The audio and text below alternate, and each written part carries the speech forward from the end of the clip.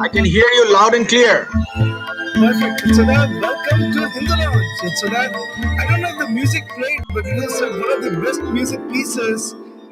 So I'll just play around with it while we are doing the show. But this is a really, really awesome music that was created for us just for this show by Decibels. And we'll talk a little bit about Decibel and the music that they create at the end of the show.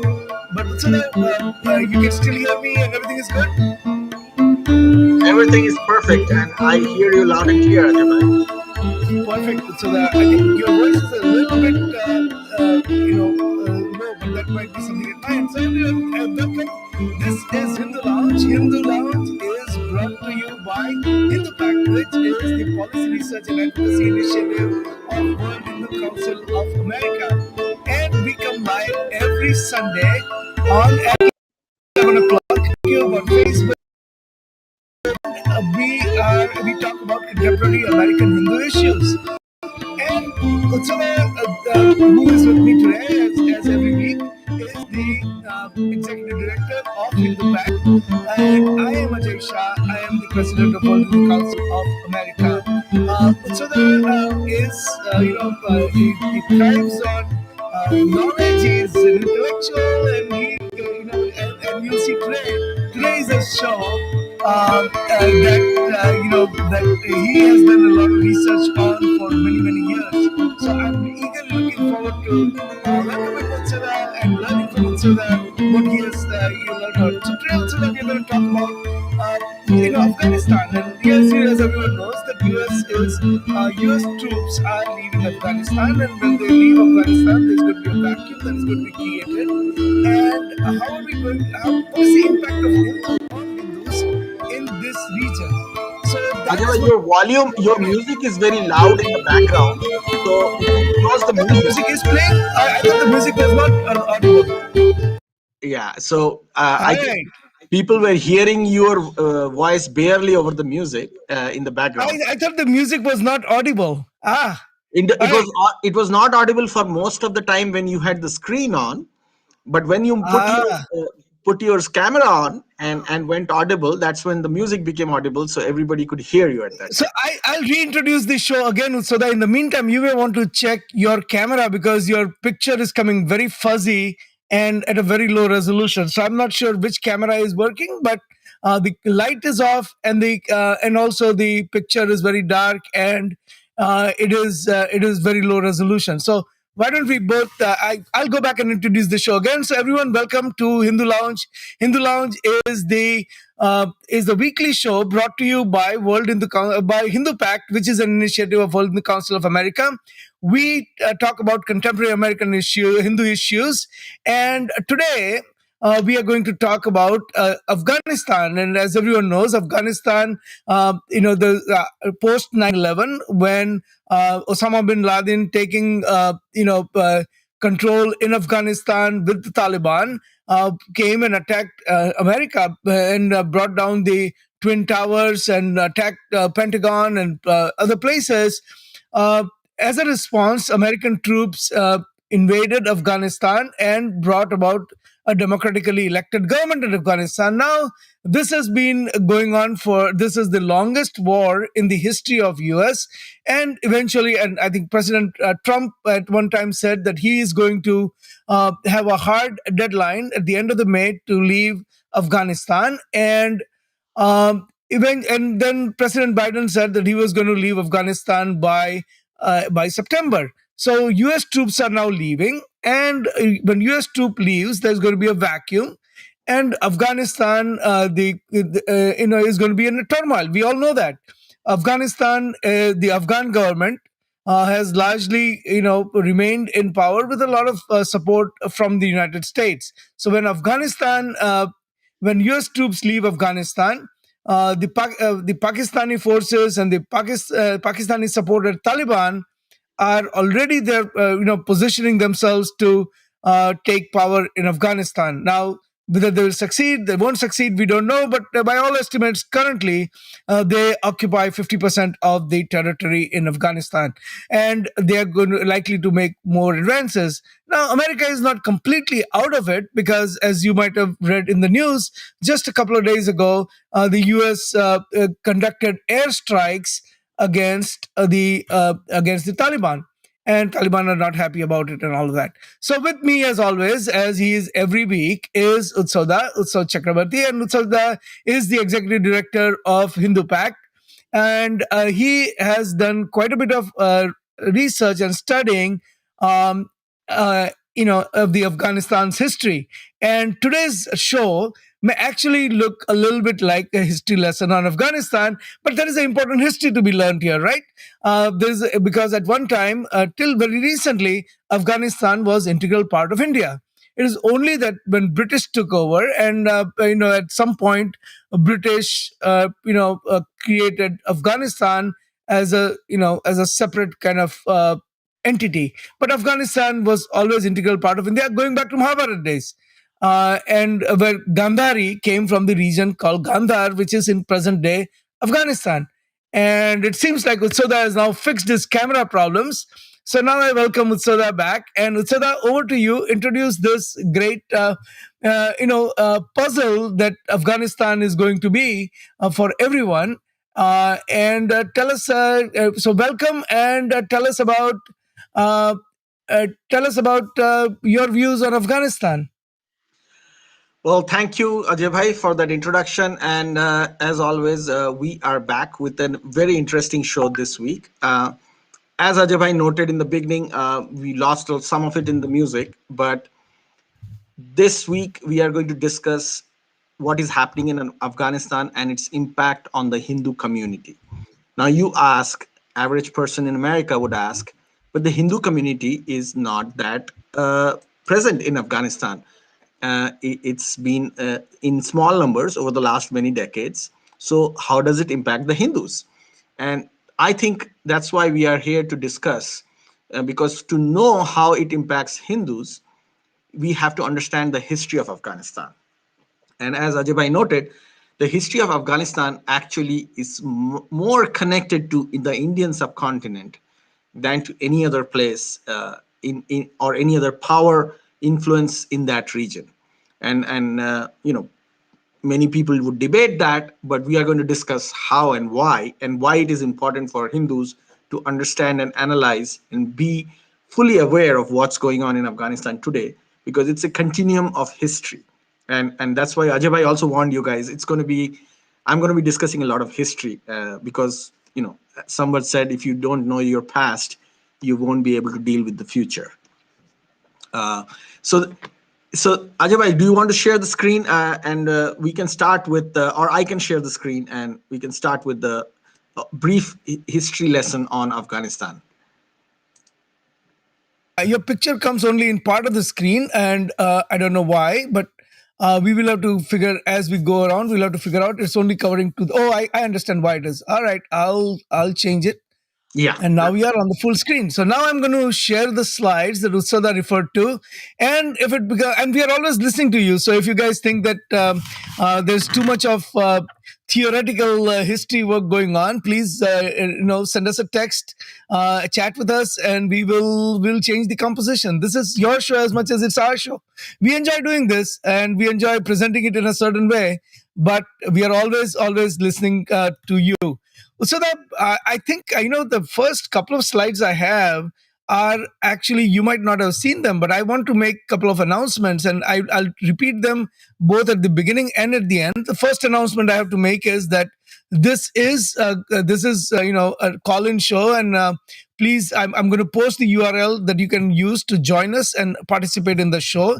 But more importantly, Utsoda, I want to make this announcement that today. Oh, where did it go?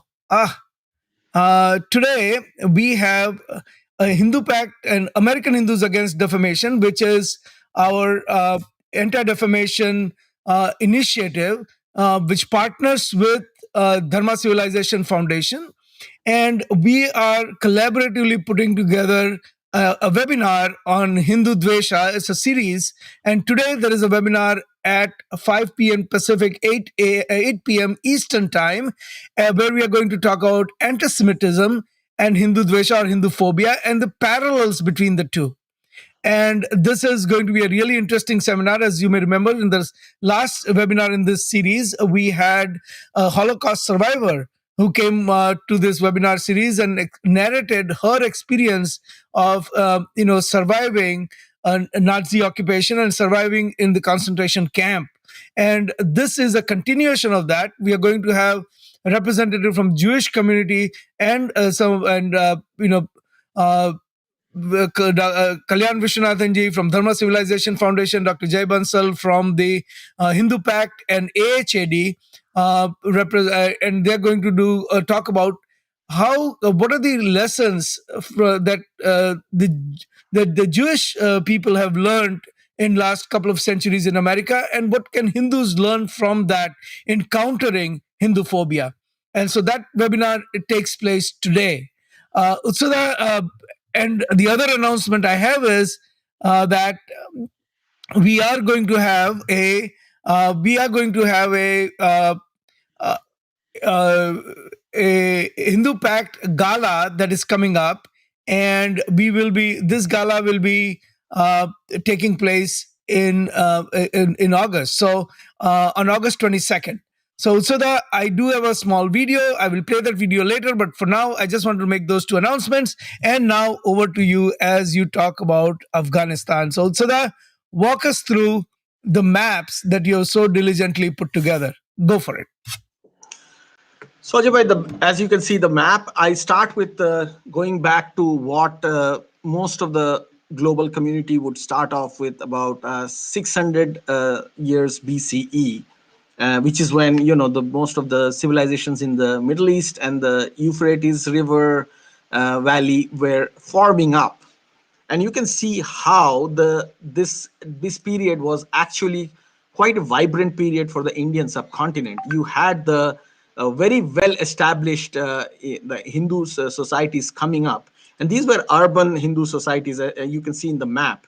And if you notice, the Afghanistan was very much part of the Hindu civilizational narrative at that point, going back 600, 700 years before the Common Era. And you will see that India actually was a conglomeration of small states, something that Western democracies take pride in today, or even credit the Greeks for. But you can see these were all Janapads, and that's a democratic federation of states that were pretty much prevalent in all the deforested areas, if I can put it that way, because this was early civilizational growth period. A lot of Indian subcontinent being a tropical region was very heavily forested, so you had a very good urban setup in the Gangetic River Valley, as well as the river valley of the Sindhu Saraswati area. So you see here Cambodge and Gandhar and Kashmir all in a line as part of these urban centers. And then, of course, you have the coastal areas that were highly developed. So if you, Ajay, if you go back to the next slide, which takes a journey forward another 100 years or so, I believe. So the next slide, Ajay.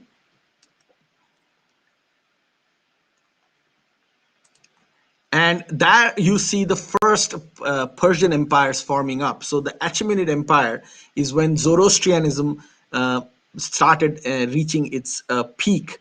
And this is also the empire which was in direct conflict and actually dominant over the Greek empires. So when the Western civilizational narrative was firmly in the control of early Greeks, and the Persian Empire, the Achaemenids, the Zoroastrian kingdom, Darius, Cyrus, the famous kings, they were also, by the way, Proto-Vedic. So we are not trying to portray them as a separate civilization. They were actually part of the Vedic civilizational narrative. If you read Itihas, you will see how closely they were associated with the Hindu civilization. But again, if you see here, that yellow stretch all the way from Afghanistan through Kashmir, through the Indus Valley, Sindh, and then the entire coastal region and Gangetic region of India, as well as the Narmada Valley.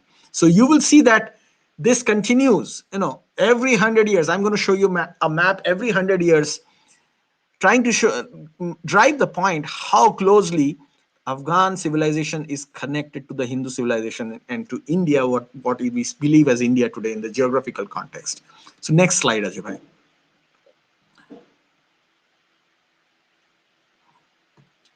So Ajay bhai, next slide. Yeah. And now, I'm entering a territory which is probably many of you are very well familiar with, because of one of the greatest minds of history, and continues to be today. And that is Kautilya, or Vishnugupta Chanakya, one of the greatest minds in statecraft, one of the greatest minds in law giving. It takes a special mind and a special genius to be relevant 2200, 300 years after you are gone, and you were still not a prophet, as the Westerners would call them. And so Vishnugupta Chanakya's period comes up in this time, and there people can challenge us on the timeline here. I'm going by what is the Western narrative on the timelines. Of course, there are conflicting narratives, and there has been a lot of research done which kind of predates these. Instead of 272 BC, it could be 1000 BC. It can be shifted back another 600 years according to some historians. So I admit that this is following a Western narrative of timelines, and that can be challenged. But this is a larger geographical entity that existed during the Mauryan Empire.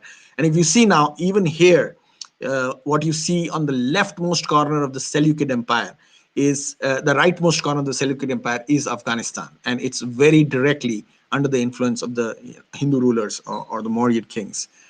Next slide, Ajay. So here you see, the again the how when the Mauryan Empire split up, and this is probably one of the peak periods of Hindu influence in that region. Even though they were smaller kingdoms, you will see the Parthian Empire, which is again a Proto-Vedic empire, which is currently Western Pakistan and Iran. But again, you will see here that Kapisa is Afghanistan, and the entire region further up north. So Uzbekistan, Tajikistan, all that area, Takshila, all that area is part of the Hindu civilizational narrative, and very much part of the Indian, as we call it, civilizational line, Indic civilizational identity. Ajay bhai, move to the next slide.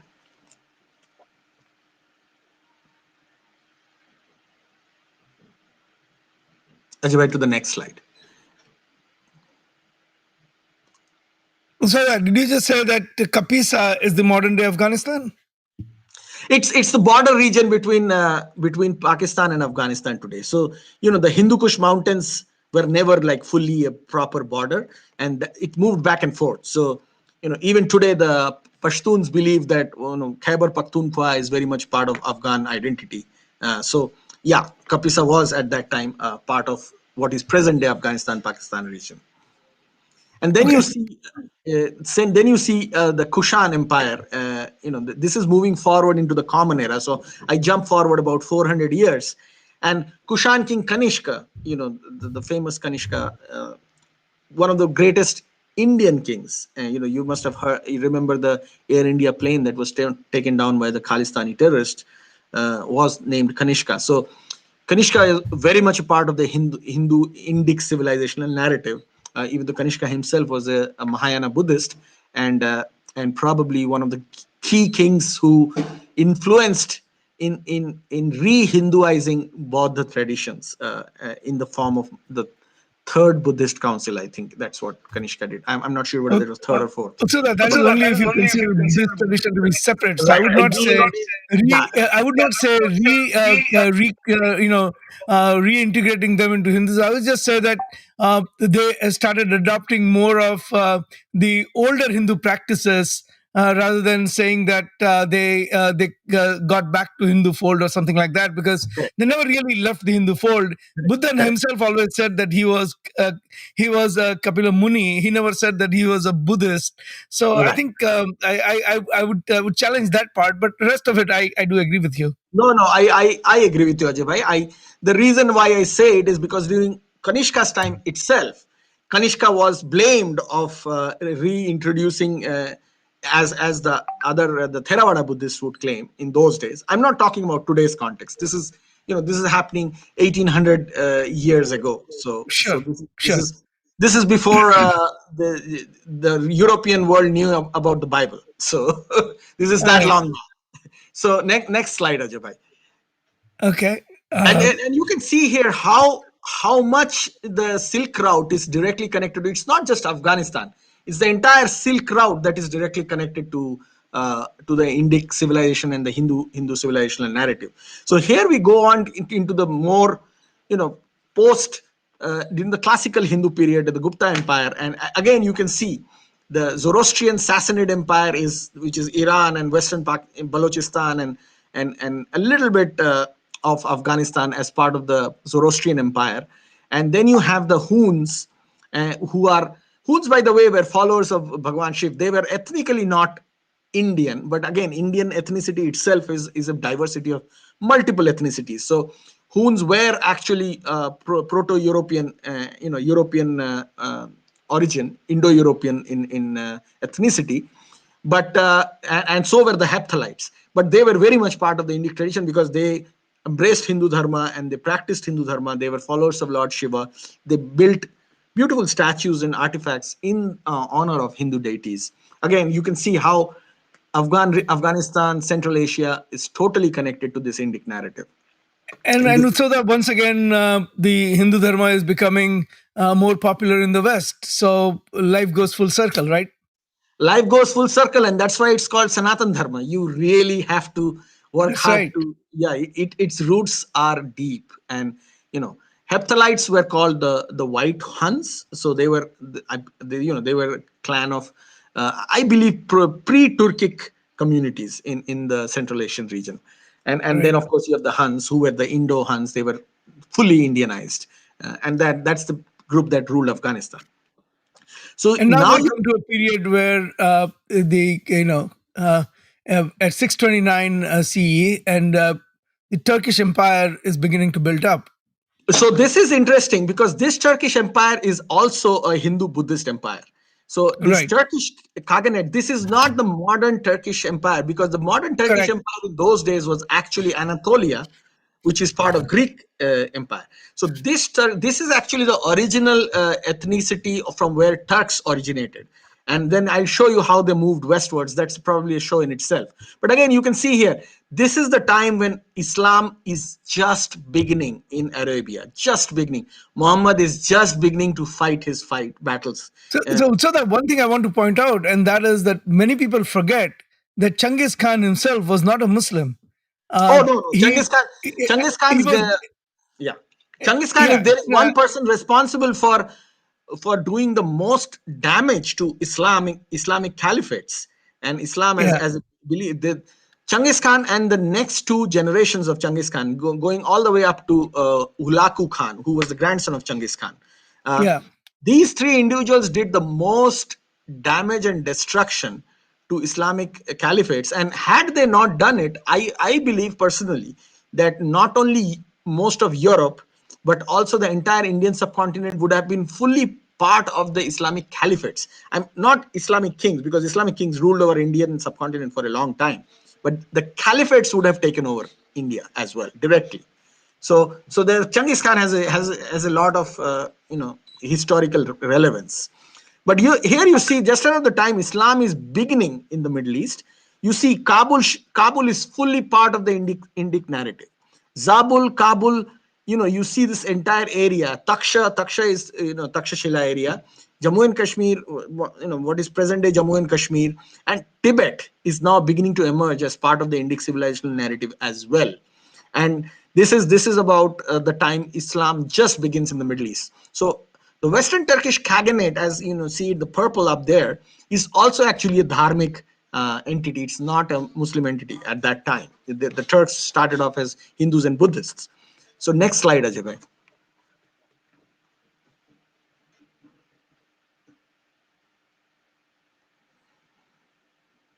Now you're beginning to see the solidification of the civilizational narratives as we look at it today. What you see is now Islam has taken over entire Zoroastrian Persian Empire, and now it's the Rashidun Caliphate. So this is within the first 20 years of Islam's growth. So this is right after Muhammad, and the first caliphate is emerging, and that was the time when they literally completely ran through the Persian Empire and completely destroyed it. So you see the Rashidun Caliphate here. What is interesting is that you still see Kabul, Zabul, and all that region, Taksha, as fully integrated into the Hindu civilization narrative. So I'm walking through you in the last 10 minutes. I've walked through the 1,000 years of history of Afghanistan. And you see how in every 100-year interval, 200-year interval that I'm showing the map, you see how much it is integral to the Hindu civilizational narrative and the Indic civilizational narrative. And now you see how the Tibet, again, this is still Western Turkic Khaganate. In fact, Western Turkish Khaganate was still Hindu and Buddhist.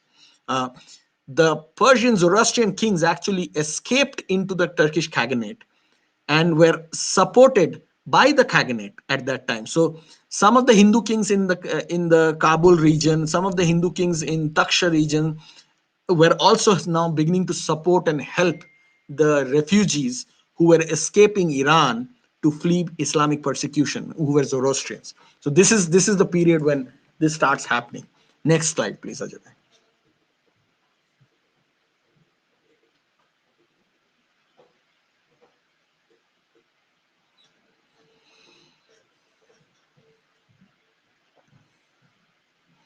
Uh, yeah, the next slide, Ajay. Thank you, Amitabh ji, for the suggestion. I will, yeah, Ajay is working on the slide. The new streaming service that we are using. And I want to thank Vandana Sharmaji, who has joined as well. Thank you, Vandanaji, as always. And I'll make it bigger and see if it helps. But putting it completely in slideshow mode is a little bit of a problem. Because then going to the next slide, when Utsada says, "Oh, go skip 2 slides," I don't know what I'm skipping. So, Amitabh ji, let me know if this works better. All right, Utsada, on to the next slide. Yes, please. Okay. So we are now beginning to see the emergence of Islam, and we went through the last 1,000 years of Afghanistan's history in context of the rest of the Indic civilization and the surrounding region.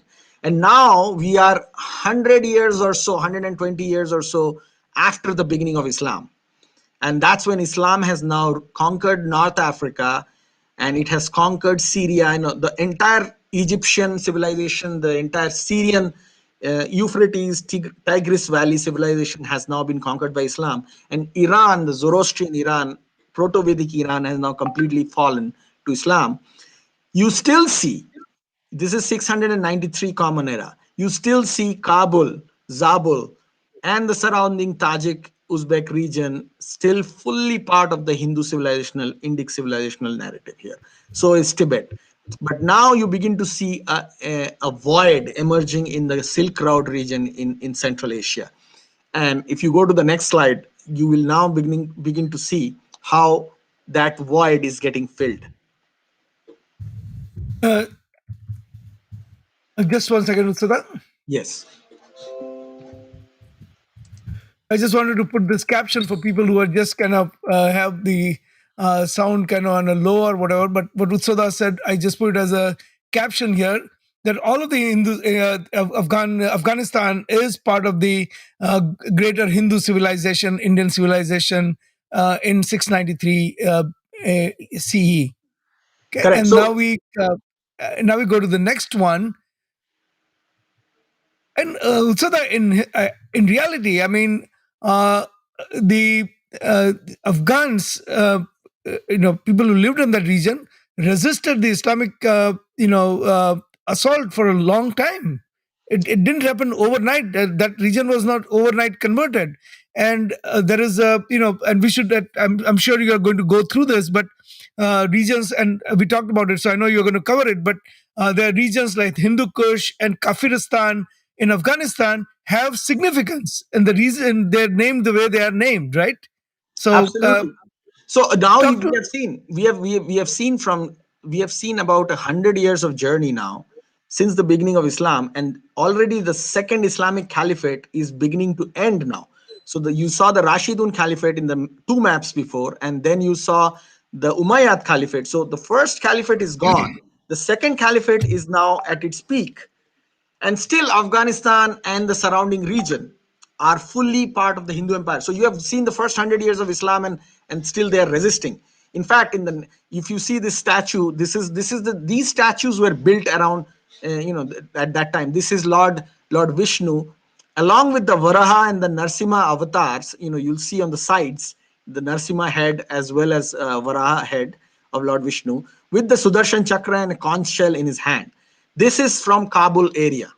And in fact, if I can say an anecdote, 2 years ago, 3 years ago, uh, when a lot of Hindus were murdered by the ISIS in Afghanistan, unfortunately, I had, under very sad circumstances, the opportunity and the chance to meet the ambassador of Afghanistan to America in the Washington D.C., and he was very happy to receive a portrait of Lord Vishnu, and he put it behind his desk. And it he said the Afghans know, and I'm pretty sure the Pakistanis know as well. They just don't want to admit it, that this is one of the glorious periods of their history, and they were far more resilient than we give them credit for. And that is part of our mistake, because as Hindus we really don't know anything about them. I can guarantee you that most Hindu Americans and most Hindus in India actually have no idea of what I was showing over the past 20 minutes. I went through a journey of the past 1,000 years of Afghanistan, from 600 BC to 700, 1100 years. And you see a continuum of civilizational connect to Hindu civilization, and Hindu civilization being very much there in its full glory. So next slide, Ajay. Hey, Usada, I want to just point out one more thing, and that is the Bamyan Buddhist statue also stood for a couple of thousand years, right? And that Correct. is as much a part of the Afghan Buddhist heritage as is all the other mainstream Hindu thoughts, whether they're Shaivite and Vaishnavite and Buddhist, and all of these traditions survived in Afghanistan for a very long time. And in fact, it was For not most too of long it. ago that Taliban actually destroyed the Bamyan Buddhist statue, which was one of the which was one of the tallest Buddha statues in the world and one of the most ancient. The entire mountainside, right? And it took them several days of blasting to destroy that statue. And what a loss for the whole world. But just as you're pointing out with this Vishnu Bhagwan Murti, the Bamyan Buddhist Murti also, was an inherent part of the Afghani culture. Oh, absolutely. And when I say that part of the Hindu civilizational narrative, the 1,000 years that I show, especially under the Kushans, which was a period of about 200, 300 years, of those 1100 years, Afghanistan, the king was Buddhist. So this is the most interesting part that Western scholars will never accept, or probably just refuse to accept, is that Hindu tradition, the Orthodox Hindu traditions, and the heterodox Hindu traditions in the form of Buddhist traditions, were so interlinked that it was, in a Western world, if there is a very cheap comparison I can make. It's like the Methodist and the Evangel and the Episcopalian. It's that close. It's a denominational interaction rather than a different religion, and that's the part that Western scholars don't want to talk about, and they will probably never talk about, because they want to continuously show that Hindus and Buddhists were different, even in the past. So as you can see, like, most of Afghanistan was this way. It was, Buddha was just one more deity, and the philosophy was very much part of the civilization itself. So next slide, Ajay bhai.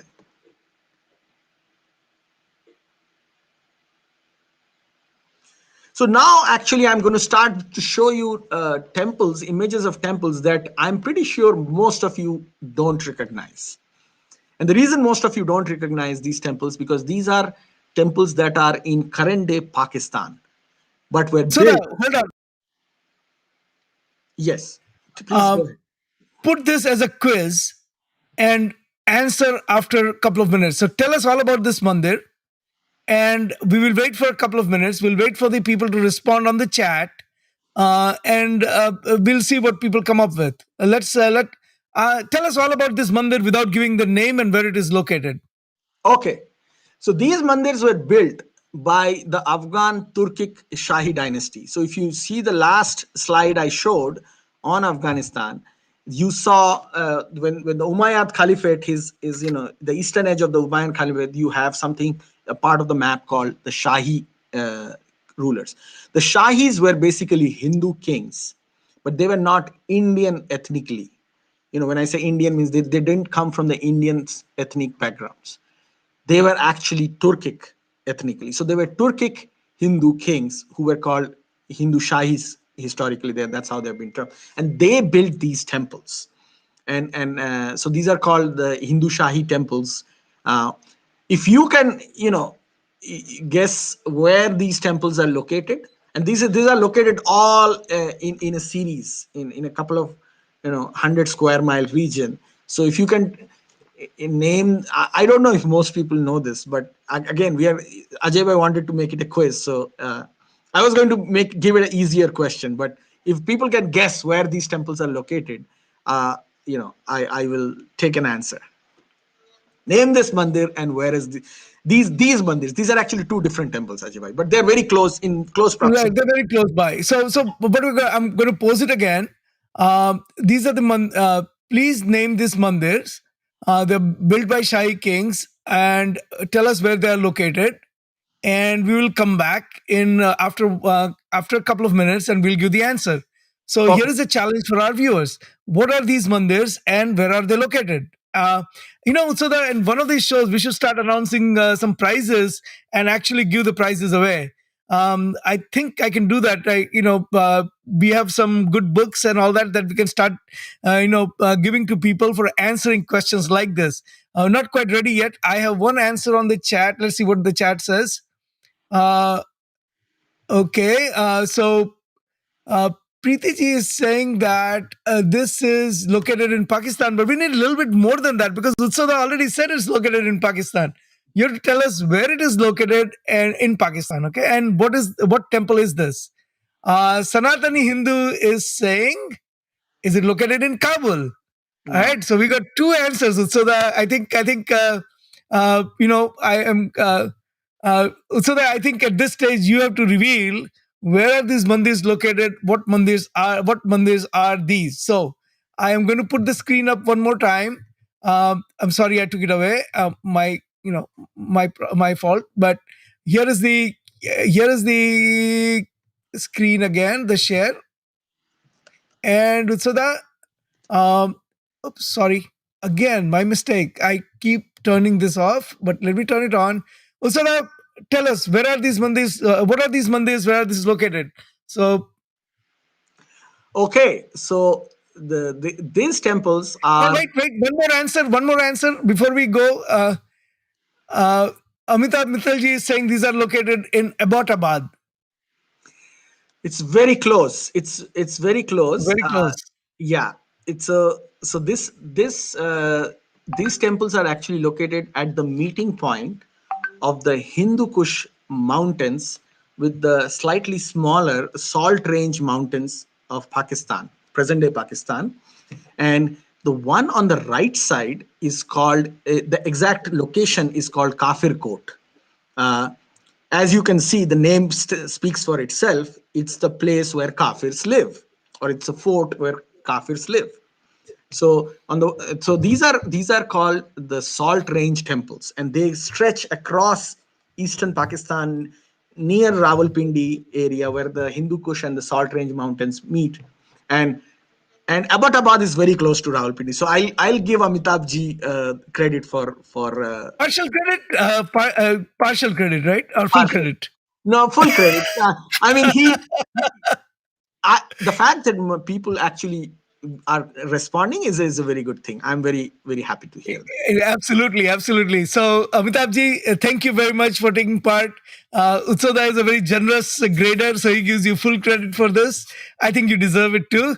So, thank you. Thanks for the response. I think there are more of these coming up, right? Yes, Uh, the next one is so, easier question. The next question is easier.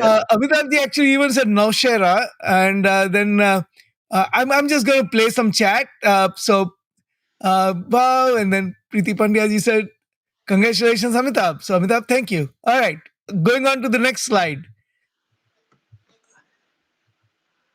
So there, okay, another temple. So where So is this this? one should be Where is this? easier. Hold on. Let's tell us about it, and then we will pose it as a question. Okay. So tell us about this mandir. Okay, so this is a photograph of a very famous mandir. Uh, this was taken in 1862. Okay, so it's more than 150 years old now. And this photograph is of a very famous site, but this is not in Afghanistan, or nor was it built by the Afghan Hindu kings. It was actually built by the Kashmiri Hindu kings, who by this time actually were intermarrying with Afghan Hindu kings. So the Turkic Shahi dynasty in Afghanistan was actually intermarrying with the Kashmiri kingdom by this time. So this is a very famous temple, at least in our hearts and souls, and we all love to speak about this place. Tell me Yeah, what this temple is actually. also this is the temple about which everyone talks about, right? But Correct. nobody, I don't know how many people have actually seen the pictures and how many pictures people have seen the pictures today. But this is the temple that everyone talks about. So, what temple is it and where is it located? So, let's see. Preeti ji is saying it is a Badrinath temple. I am afraid that's not the Badrinath temple. I know. Any other guesses? This is a very famous temple. I mean, this particular mandir has a civilizational value, right?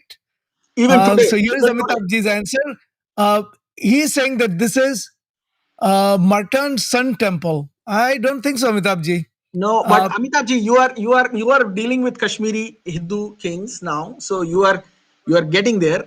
you're getting there. You are close. The Lalitaditya Muktipid was the one who built the Markan. Wait. Jay Bansalji has an answer. Hold on. Yes. And that is the answer. So This is the Sharda Peeth Mandir, this is the and it Shardapit is Mandir from 150 years ago. from The photograph. 150 years ago. Yes, and Oh, this is sorry, currently. that was Sanatani Hindu who said Martha Sun Temple, not Amitabhji. I'm sorry, I misread it. So sorry about that, Amitabhji. And Sanatani Hindu, thank you, but no, close but not quite. And Jaiji, absolutely, you're right. This is Utsada, in how does this Pakistan. temple look like today? So here is what it looks like today, right? Oh, No, not no, here. we didn't take the picture. Oh, we didn't put the picture on the slide. Yeah, We should it show the just picture. breaks my It's a heart. really It breaks my it, heart it to put it there. it is it's a heartbreaking picture to show how it looks today. It is a stone pillar standing there with people loitering around. That is the picture we found, and we figured we don't really want to show that picture, Yeah, so we didn't show I that did picture. I But did put it there. Yeah, yeah, and Jaiji is saying that you know Amitabh ji is saying that he didn't reply because it would be unfair, and he did know the answer. So I absolutely believe that. And Jaiji is saying that hey, they have actually built urinals in it. By the way, for anyone who wants to dial in, I'm going to put up a link here, and you guys can just join this. We are not using Zoom anymore. We are using a different software, but I would be glad to. Uh, I'm going to put a link here, so feel free to participate in the show as well, because this is a participatory show. We always welcome everyone to join. Please feel free to call. Otherwise, Utsada, here is the next slide and continue because we need to get to the current events as well. And we have a lot to talk about the current events and what are the implications of Hindus because we are just walking people through the history of Afghanistan. And we haven't even hit the current events. We haven't even gone to the Soviet invasion of Afghanistan. We haven't talked about Durant Line. There's a lot more to come. So please go for it. So So this is the time the with the reason Gurjarat I'm Kingdom. focusing more on this part of the presentation is because this is the part that most people do not know about, and Right. it is really important for Hindus to know about this because it is their own history. And that's the, by the way, Maya Durga just joined, and Hey, Maya Durga Maya. wanted to say hello to everybody. And Namaste, Maya. Maya Durga Namaste. has been watching me put together these maps forever. So I think she should get a something. I didn't have a PhD. I don't have a PhD, but she should get a PhD for doing Absolutely. this. So So the what is the Abbasid Caliphate okay. and what is Gurjara Kingdom? Let's talk about that because Gurjaras actually went all the way up to Afghanistan, right? Close to it, not quite. These ethnicities are were all over the place, but Right. this is roughly the region that they were ruling, and including the present day state of Gujarat. But what is very interesting in this map, and people should, this is when people should start focusing on what's happening to the civilizational Hindu civilization here. You see in the map on the bottom left, Sindh is now part of Abbasid Caliphate. So, one of the most important Hindu urban centers, Hindu civilizational centers, that is Sindh, is now part of the Abbasid Caliphate and has been taken over by Abbasid. By the way, Abbasid Caliphate is the third caliphate. So, Islam is now in full control of southern Europe, in the middle of France by this time. They have reached the Pyrenees mountain. They have taken full control of North Africa. They are on the gates of Constantinople, which is the Eastern Roman Empire, Byzantine Empire. They have taken full control of the Middle East, and now they are beginning to move into the Dharmic civilizational area, and Sindh is now fully part of the Islamic Caliphate. But you still see, go back one, you still see Kabul and Afghanistan as part of the Hindu civilization. So Yep. you see the Taksha area, so Kabul, Zabul, and the surrounding areas are still part of the Hindu civilization. And now, if you go to the next slide, and this is almost 300 years after Islam has taken full control, you see that the caliphates have broken up. Now Islam and the Arab control of Islam is falling apart, and now the converted people, the Persians, the Central Asian, who have now been 3, 4 generations, 5 generations converted to Islam but are not Arabs, they are taking control of Islam now. So the Samanids, the Safarids, the Buids are, by the way, Shias, and Islamic schism has fully taken place. Now you begin to see the Ghaznavids come up, and now Afghanistan is beginning to lose to Islam. So we made a journey of almost 1300 years in this presentation that I'm giving today, where you had a continuous 1300 years of Hindu civilization in the region, and now you are beginning to see the Ghaznavids taking root here. And the Ghaznavids were Turkic slaves, they were Turkic Hindus and Buddhists who had been converted to Islam by the Arabs, and now they are beginning to take control of Islam and push forward with their military agenda on behalf of Islam. So if you go to the next slide, Ajay Bhai.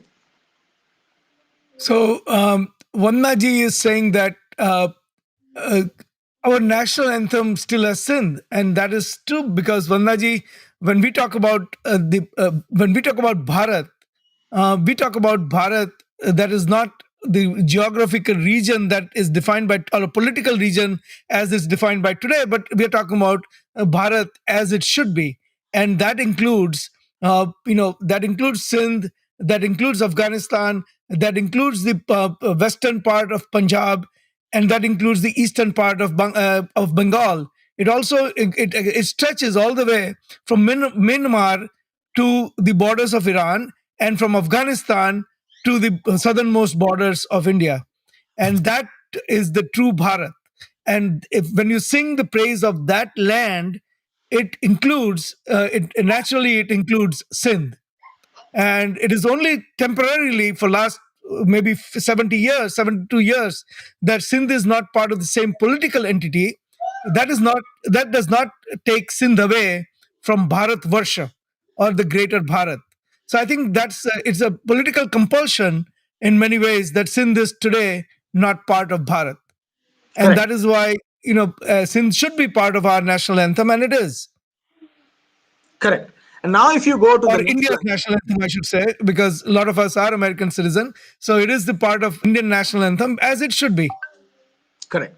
So now, if you go to the next slide, Ajay, you're beginning to see the slow takeover of Afghanistan and the northwestern part of what is India today by Islamic Empire. So now this is 1196. So now we have journeyed about 1500 years in our presentation, almost 1600 years in our presentation. And now you see a complete takeover of Islam, not just in Afghanistan, but also in the Gangetic plain of Indian subcontinent. So the Indus Valley, the most ancient Hindu civilizational areas are now falling to Islam. And you see, so you pretty much see that by the time northern India fell to Islam and the time Afghanistan fell to Islam, there was a very short period of time between that. So, this is something I want people to understand. Afghanistan did not fall to Islam too long before Delhi fell to Islam. You have to understand that, because this is how we need to rewire our minds so that we can recalibrate our approach to the region and how we perceive it. And that's why I'm showing these maps. And I Ajay bhai was very skeptical. Why are you going back 1,000 years of history? Because we should talk about Taliban today. But this is important. We can talk about Taliban as much as we want, but our minds need to be rewired to understand our own history. And now you begin to see the Ghorid Empire. But, And but only in interest of time, because I know you're very passionate about it. Usually you're the one who is reminding me of time, but I just want to let you know that today's show is worth two shows, and for a good I know, and reason. today We'll I have continue. not once I have mentioned the clock, because this is I something know. that is I very can see close to that. my heart. I absolutely I see that. So let's keep going. We'll not worry about the clock today. For people who want to catch up later on, we fully understand. Not everyone can stay for a long time. That as long as we are doing the show, but the recording is available on YouTube. It's all on Facebook. But this is an important part of history that we are covering today. So by all means, please, stay if you can. Watch it recorded if you can. But this is the kind of information that I doubt you're going to get anywhere else. So please do stay and at some point or the other watch this, because this is really important. We are also going to have really interesting regular segments, but after the history, we'll have quite a bit of discussion about the current situation in Afghanistan and what happens when US actually leaves, and how should the Hindus, how should America, how should India, how should people in Canada, because there's a news item that came out recently about Canada, Hindus and Sikhs in Canada requesting Canadian government to provide assistance to the minorities over there. That is the news from yesterday. So we'll talk all about that. But for now, let's continue with the history of Afghanistan, and then tie it to try it to the current situation over there. So we're continuing on the next slide. So So now you see the go for it. Ghorid, Muhammad Ghori and the Ghorid Empire take over, and now you see the beginning to see the Islamization of northern India. Not just northern India. What you see is that now Islam is fully established in the Gangetic Plain. So the Indus Valley and the Gangetic Plain are now fully under Islamic rule. Not just that. If you go back, the Ilkhanate, which is a Mongol kingdom, which was established by Genghis Khan's grandson, Hulaku Khan, has now been converted to Islam as well. So what happened in this period is what you see here as part of the Islamic king, which is the Ilkhanate, the Delhi Sultanate, and the Bengal Sultanate. All these people are actually not Arabs. They are fourth or fifth generation Turkics who have been converted from Hindu Dharma.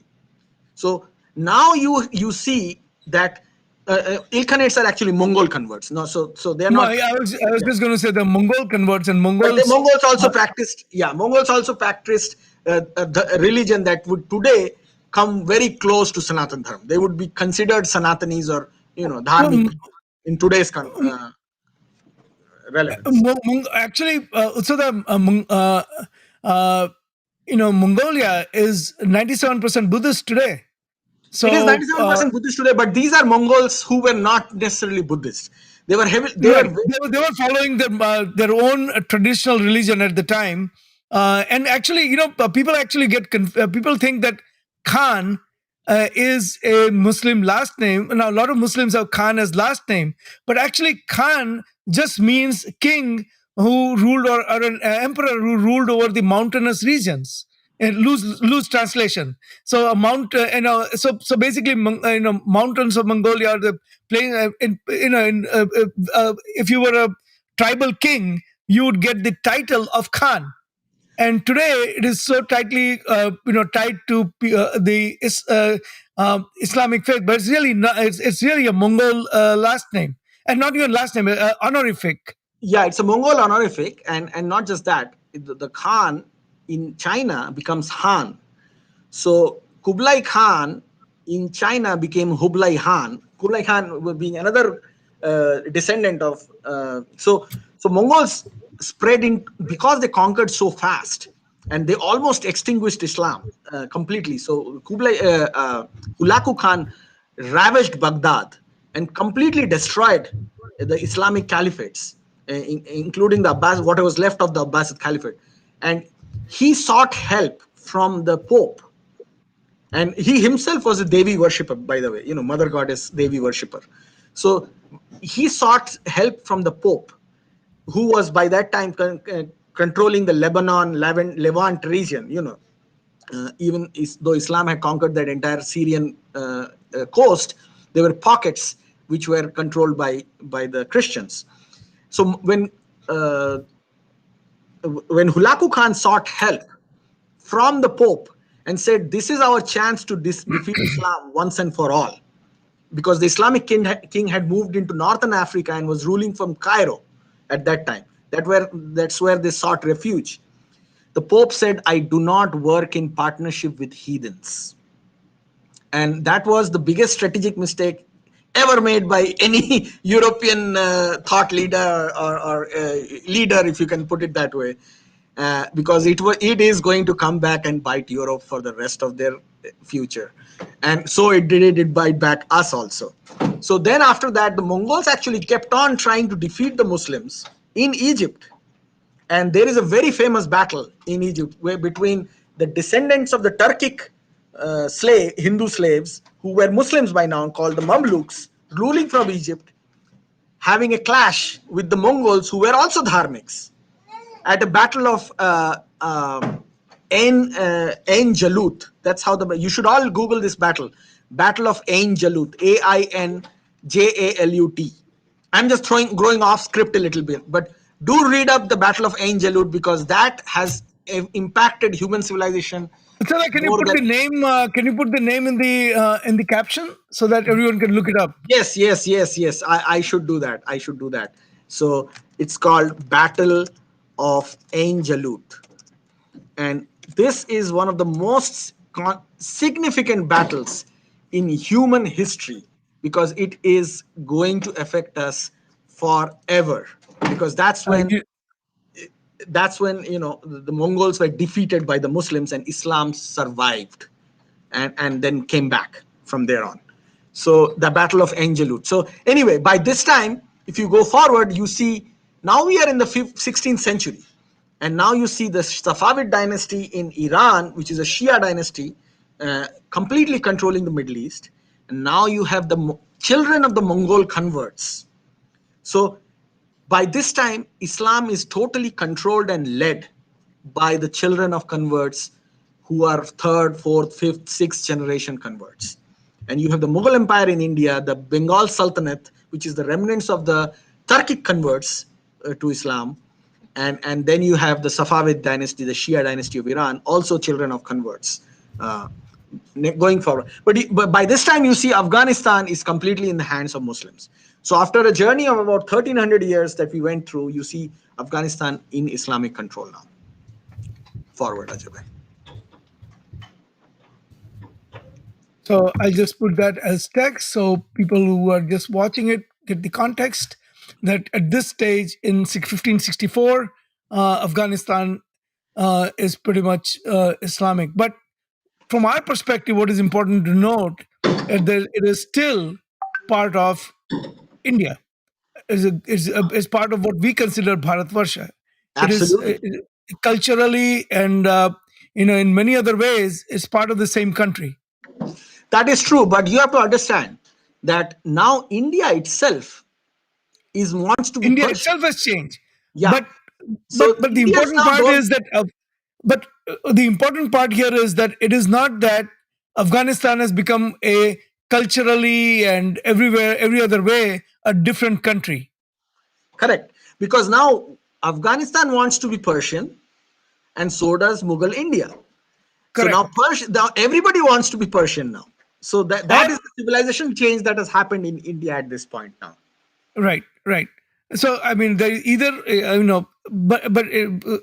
what I was alluding to was that it's the kind of the culture that was evolving, whether it was influenced by Arabs or Turks or Persians, um, or even going back to either whether it was the Gupta or the Maurya, Afghanistan was never different from most of the northern and central India. Correct. It was Correct. it was it followed the same cultural underpinnings as rest of the northern and northwestern India. Absolutely.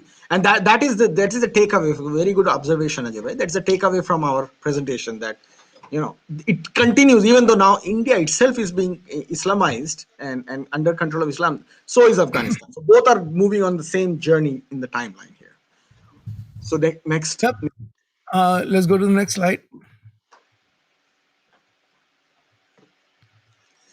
And now we come into a period which many people are very familiar with because now you have heard stories from your own families. Now we get into the Maratha Confederacy and the missile is the Sikh kingdoms, and now you can see that now it has again started fragmenting this entire region. But now the Sikhs are in control of most of Afghanistan, in northern eastern Afghanistan, and the rest of the western Afghanistan is now part of the Persian slash Turkic narrative that is. So the current ethnic identities, the Uzbeks, the Hazaras, the Tajiks, all these identities are now firming up in this region, and now you are beginning to see a more modernized concept of Afghanistan. And this is by this time the colonial powers are beginning to come to India. So the Portuguese are in India now, the French and the British are firmly in East India companies in India now. uh, so now you see the Maratha Confederacy and the Sikh missile means confederates confederacies forming up. And so if you go to the next slide, Ajay bhai.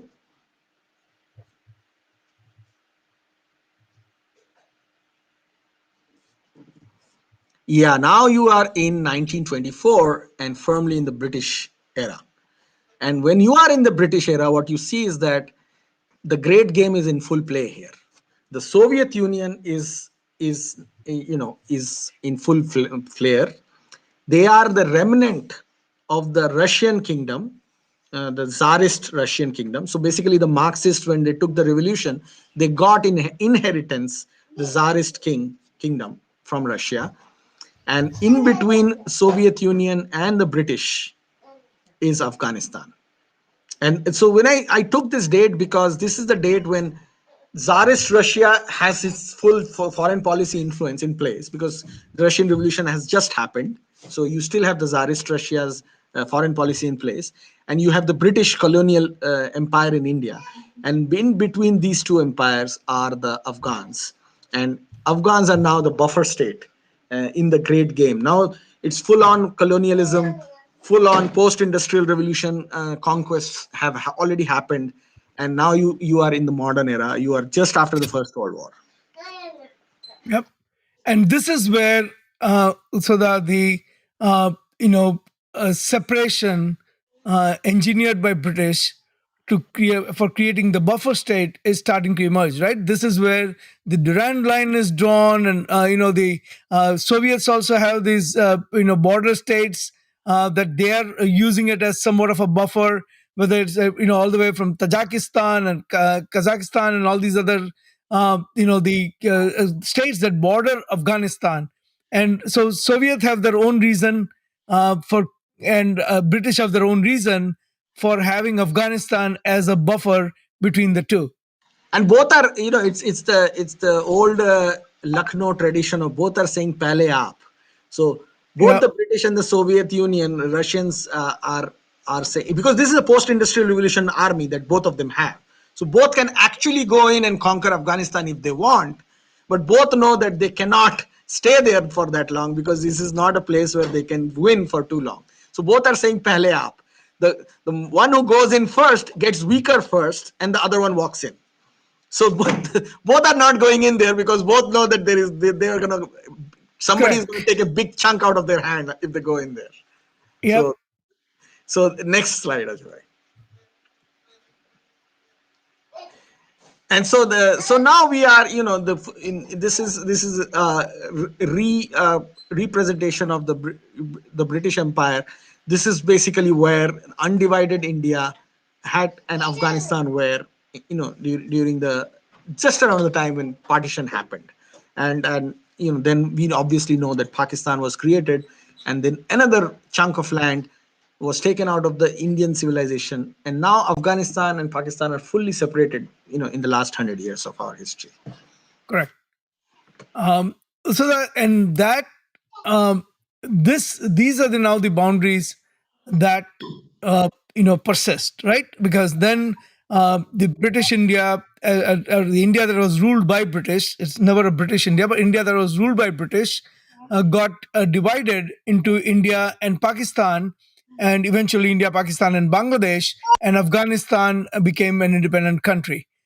So if you go, so that now that we have the historical, context of this, uh, let's talk a little bit about the Soviet invasion of Afghanistan, which happened in 1979. So Afghanistan had a king actually at one time who was the ruler, and that king was deposed, and the communists took over, and then Soviet Union eventually invaded Afghanistan, and that invasion lasted for several decades, right? And US, so the US, when Soviet, this was the era when Cold War was taking place, and in order to counter the Soviets, US put up started supporting mujahideens who were fighting the Russians or the Soviet forces. And that is when now Pakistan becomes a US client state. A Pakistani intelligence agency, ISI, is now heavily involved in arming and training all the mujahideens, and mujahideens are basically battling the Soviets. So take it from there. So that you have to be outside mute. Yep, go ahead. Yeah. What you see by now is, this in 1979, after the invasion of the Soviet Union, the Soviets basically put in their Marxist government in place. And in the 1980s, you have Dr. Najibullah, who was, actually a well-educated doctor, and a communist, who took over control of Afghanistan. And during this period, billions of dollars were poured into Pakistan by both Islamic countries in the Middle East, Saudi Arabia being one of them, and as well as America. And America wanted to defeat Marxism in general, so they wanted to use Islamists to do that job. And so, what was created was something called the Mujahideen, which was basically Afghans and Muslims from all over the world, fully radicalized, going to Pakistan and fighting this war against the Soviet army, as well as the Afghans who were on the side of the Soviet Union. Some of them were, most of them were very secular. So By if you go to the next slide, by 1988, the Soviet Union is losing in Afghanistan and they begin to withdraw. So, the Soviet Union itself, as a country, uh, starts to, as a nation, starts to disintegrate because now the Soviet republics are falling apart, and by this time you see that they have to leave Afghanistan because Soviet Union itself is collapsing. And by that time, the Mujahideen move into Afghanistan. They slowly capture city after city after city until they reach Kabul. So once they reach Kabul, the Mujahideen also splits because now you have, these are Islamic fighters, but the moment they win, then they start saying, okay, now I'm also a Tajik, I'm also a Uzbek, I'm also a Pashto. So now who controls amongst these Islamic fighters? The city of Kabul becomes a fight in itself. So you had Jalaluddin Rabbani as one of the leaders of the Mujahideen who controlled Kabul, but then you had a Pashto speaking pro Pakistani Mujahideen guy named Gulbuddin Hikmatyar, who very brutally targeted Kabul and started attacking everywhere the other Mujahideens. And then you had the Northern Alliance, which was basically non Pashtun uh, Mujahideens, led by Ahmad Shah Massoud, who created this confederacy with Abdul Rashid Dostum, who was also I think Dostum was a Tajik. Uh, so I'm not sure about that, but so Dostum and Northern Alliance, Ahmad Shah Massoud created this. He was definitely from the Northern He Alliance. was from that, but I'm not sure whether he was He, a Tajik or a Uzbek. or Uzbek. I believe he was a Uzbek, but I'm not Yeah, sure. yeah, I think Dostum was a Uzbek too. So Ahmad Shah Massoud was a Tajik and Dostum was a Uzbek, and they created the Northern Alliance, which actually controlled most of the Panjshir Valley, which is one of the most fertile. Afghanistan is a very dry and mountainous region, but it has fertile pockets where you can do good farming and develop good crops. So Northern Alliance controlled the farming areas in the Panjshir Valley, and so there was a very brutal civil war between 1988 to 1992, and Pakistan began to lose its influence even on the Mujahideen, which it had trained and given full support to with billions of dollars from all over the world for 10 years. So when Pakistan started fearing that it's losing control over the Mujahideen, it created a new Mujahideen. And that is what we know as the Taliban today. So the Taliban were Pashtun speaking Mujahideen, children of the Mujahideen, who grew up in Pakistan, went to Islamic madrasas there, fully brainwashed, totally Islamized, complete nutcases, in my opinion, who, not saying they're dumb, they're nutcases in terms of their ideology. They're pretty smart people, I believe. Uh, and then Pakistan starts pushing in the Taliban into Afghanistan to defeat the Northern Alliance and take control of Kabul. And between 1992 to 1994, Taliban fully took control of most of Afghanistan, including areas of Kabul. And by 1996, Taliban was fully in power in Kabul. And that marked one of the most dark periods in Afghan history because within the next 3-4 years, the Taliban destroyed every Hindu and Buddhist monument that it can lay hands to. There are hundreds of Hindu sculptures, Hindu deities who were in museums around Afghanistan that were taken out and destroyed. We would never know how much has been lost. We mostly know about the Bamiyan Buddhas because they were so big, and the Taliban destroyed them in such a they took tanks and dynamites and blew them up. So it became a global spectacle. But thousands of other Hindu artifacts were lost in Afghanistan during this period. Not just Hindu artifacts. The Taliban, true to their fundamentalist Islamic beliefs, banned the internet because internet was coming up as a thing in the 90s all over the world. They banned any movies, they banned TV, they banned music. They every day the Taliban would have they took over the stadiums all around Afghanistan, and anybody without a beard, any man without a beard, and any woman without a hijab, complete burqa, actually, not even a hijab, burqa, It's not was even hijab, yeah. was Even taken. the eyes were only partial. Yeah, you have to even They cover your were eyes. actually, there's a net, so you can't even actually see through it fully. But Yeah. so So that both men and women were taken to these stadiums and publicly flogged. So, when the Western world starts talking about ISIS and what ISIS did in Raqqa and northern Iraq and Syria, and they were doing the same thing. The Taliban was doing the same thing in Afghanistan 20 years ago before ISIS. So then let me just say this, okay? So for people, a lot of times people say that, why are we why are we so much talking about Hindu dharma and Hindutva as a Hindu way of life and all of that, right?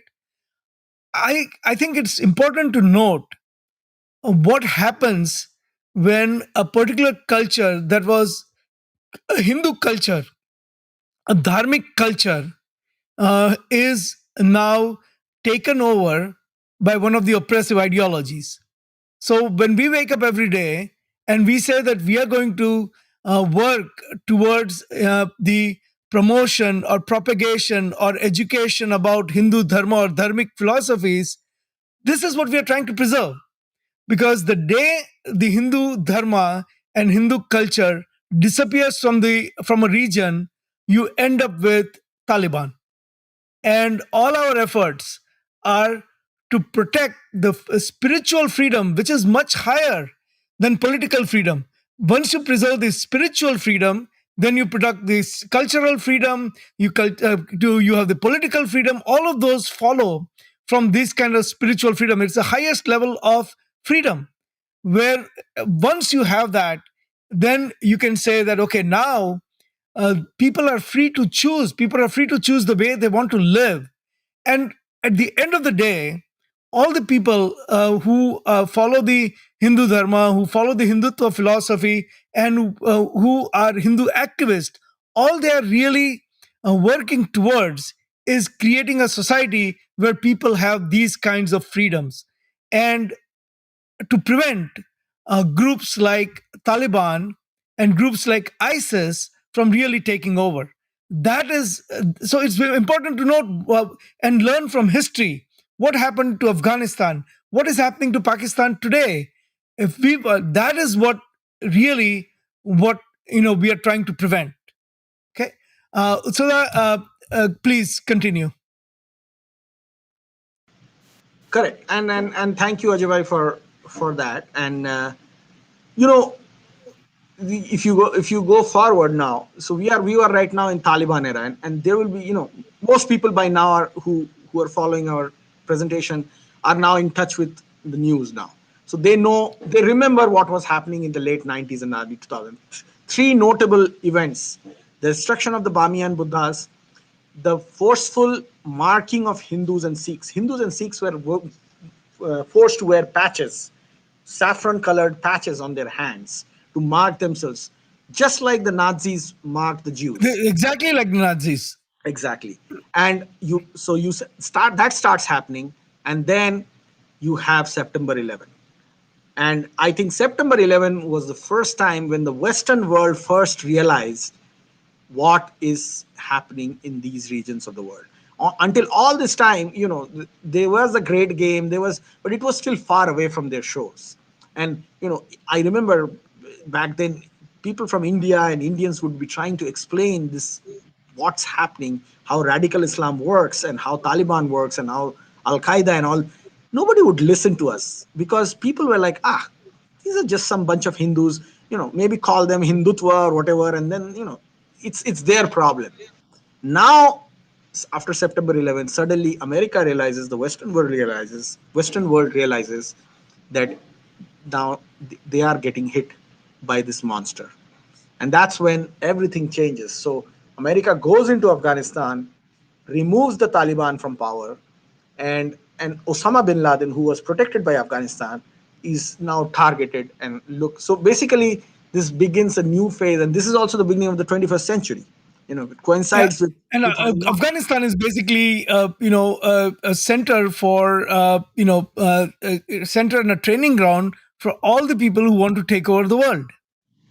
And yeah, and interestingly, 1989 was also the time when the Soviet Union left Afghanistan, and it coincides with the time that Jammu and Kashmir in India begins to flare up with thousands of radical Islamists, Pakistanis, Afghans, because now all these mujahideens are jobless. So what Pakistan is doing now is they are pushing those mujahideens into India, because lo behold, there are 1.1 billion Hindus in India. And for an Islamist, just the existence of one Hindu is a problem. I mean, you can see as we went through the timeline, continuously there was attacks after attacks. It's a wave after wave after wave, generation after generation. The entire effort has been to conquer and convert. So suddenly, after the 1989 withdrawal of Soviet Union and establishment of Mujahideen power in Afghanistan, you have thousands of these Islamists, nutcases, fully trained, at the behest of the Pakistan army and the Pakistani intelligence, waiting to be sent to fight in other battles. And lo behold, you have Chechnya, you have Bosnia, you have Kashmir. All these start coming up because now all these Mujahideen jihadis are going to different parts of the world and start attacking people and killing non-Muslims. So this coincides with the genocide, that the last phase of the genocide that started happening in Jammu and Kashmir in 1989. Fast forward to 2003, 2004, you have what is called the American presence in Afghanistan, because of which, the Taliban was pushed, but it was still there in Pakistan because America, hindsight might be 2020 and 20 years down the road. I think the biggest regret that most world powers will have, looking back at 2001 and the decade after that, is that instead of just going to Afghanistan, the Americans should have also gone into Pakistan, because that's where the actual Taliban and its base and the jihadis were. And for the last 20 Well, years, look at it. I mean, where was Osama bin Laden found? He was sitting 20 kilometers, not even 20 kilometers from the Pakistani army headquarters near Rawalpindi. Um, I exactly. mean, I don't even think it was 20 kilometers. It's probably much closer than that. It was two and a Um, half kilometers, Ajay bhai. Not Two and a half kilometers. you I was could see off by if you order of magnitude. But if you see so, that building, it is literally like you can stand on the top of Osama bin and you Laden's can see compound, in Rawalpindi, and you can see the Pakistani military military army academy, headquarters. from the top of Yeah, those. and so these are the so I think you're absolutely right. The biggest mistake America made is not at that time confront Pakistan. America still thought that Pakistan can be trusted as a friend or an ally or a supporter in the cause against the extremists in Afghanistan, whereas Pakistan, every step of the way till today, undermines the American policy by talking from two sides of its mouth. And I think finally I have a feeling that America is beginning to understand, not fully yet, but I think a little bit. And one of the reasons I say that is because Biden has still not met with Pakistani Prime Minister Imran Khan. And despite a lot of effort by Imran Khan to actually get on his schedule, that has not happened because America is holding off till they're convinced that, hey, look, uh, are you really on our side? But Pakistan has its own game. Pakistan, and now China is coming in the picture, and we should talk about it a little bit. Like it is no longer just a game, or no longer just uh, you know a, a strategic interest of the U.S., but because of the CPEC and the Belt and Roads policy and all of that, the new Silk Route that China is building, Pakistan and China have become allies. China wants to get into Afghanistan for multiple reasons, and I can go over some of them. And now, so it's a much bigger game, and that is really the reason why Pakistan can still not be trusted.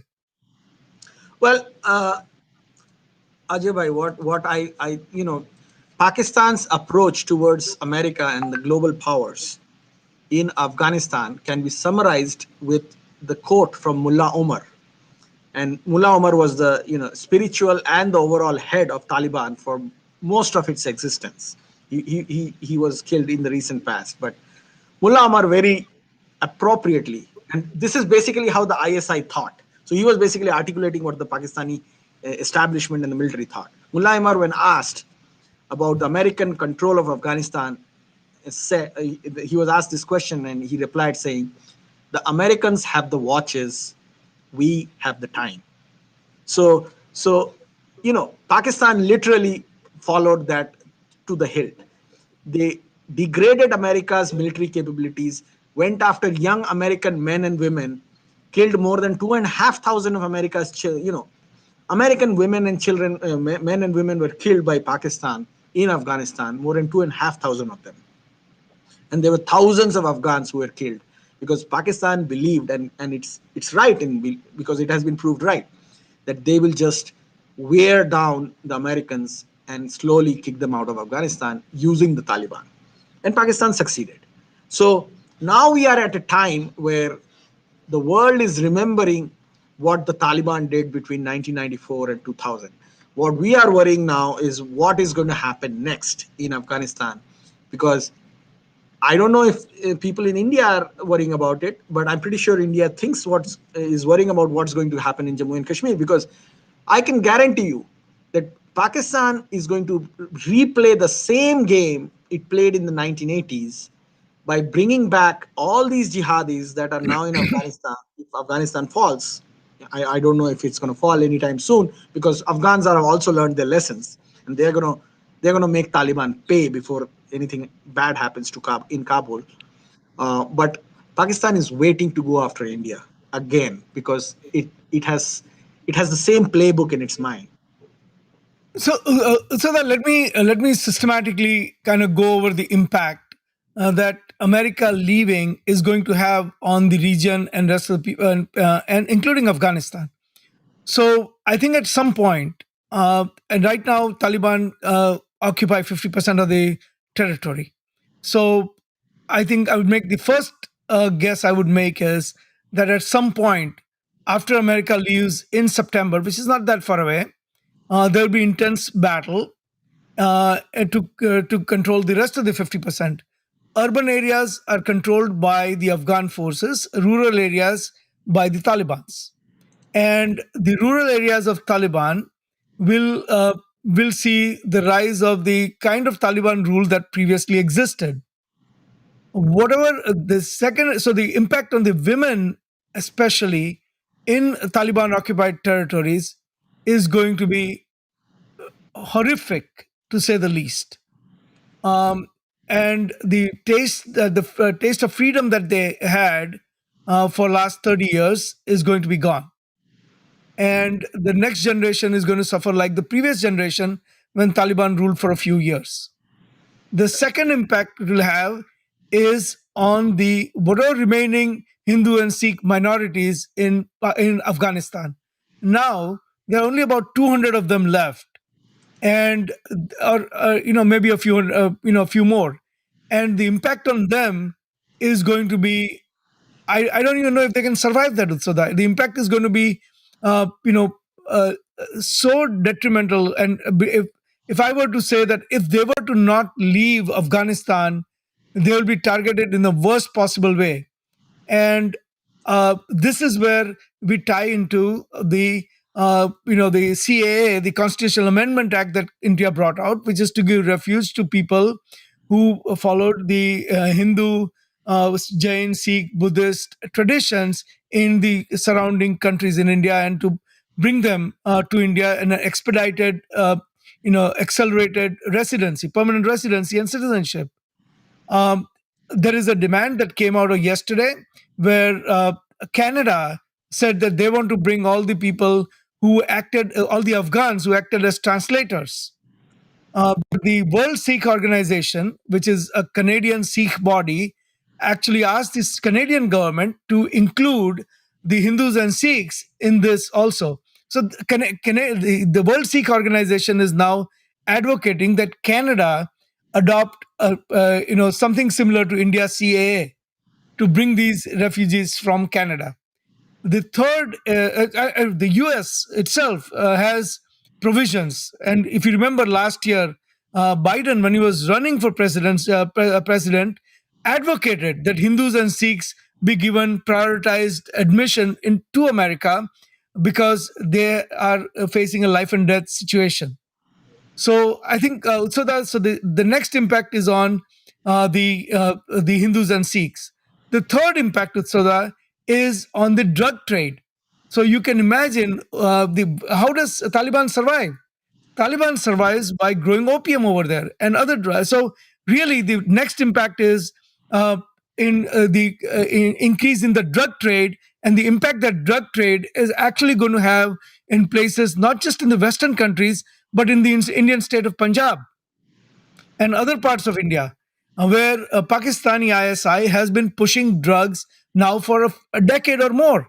So the next impact is on places in India like Punjab, where the drug trade is going to flourish. And finally, Utsoda, uh, you know, various regions of India, starting with Jammu and Kashmir, the Union territories, and Ladakh, it's going to have tremendous impact, adverse impact, because once again, uh, Pakistan is not only going to treat Afghanistan as its strategic extension, but it is also going to treat Afghanistan, the fighters in Afghanistan, once they achieve a certain amount degree of success and migrate them or kind of strategically move them to fight the Pakistani cause or Islamic cause in Jammu and Kashmir Union territories. So and then once you go there, there are other things also. With China involved, Pakistan is also looking at Afghanistan as a gateway to Central Asian republics. So several of them, like Kazakhstan, Uzbekistan, all of these, the former Soviet, former Soviet territories, which are now republics, and that gives Pakistan an entry to that. It gives China an entry to that because China has now gets access to the mines and minerals and other places in those areas, and becomes part of the border, the Belt and Road initiative that China has. So all of these things are now coming together. Now, India had a counter to that, and that was the deal that India made with Iran, so that India has a passageway to Afghanistan, bypassing the roads that go through, through Pakistan, as part of the CPEC project, which is part of again Belt and Road initiative by China.